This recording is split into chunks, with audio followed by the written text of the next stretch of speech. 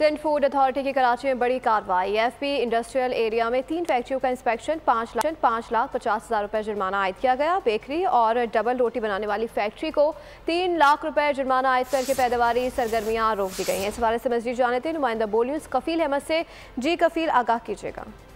Sindh food authority ने एक बड़ी कार्रवाई की है जिसमें एफबी एरिया जो सनती एरिया है उसमें जो है वो फैक्ट्री को इंस्पेक्शन किए हुए अपना, जिसके बाद उन पर 5,50,000 रुपए का जुर्माना आयद किया गया। इसमें अगर मैं आपको बताऊं, इसमें नाक़िस सफाई है, ज़ायदुल मयाद अज्जा पर फूड यूनिट के जुर्माने का जो है वो किए गए। इसमें बेकरी है, डबल रोटी बनाने वाली फैक्ट्री को 3 लाख रुपए जुर्माना आयद किए गए।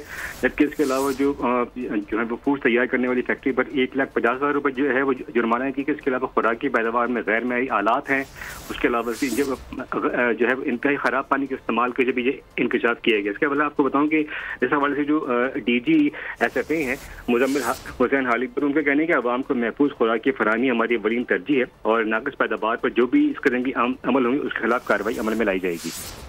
कफील अहमद तफसीलन आगाह कर रहे थे, आपका शुक्रिया। सब्सक्राइब करें और बेल दबाएं ताकि कोई खबर रह न जाए।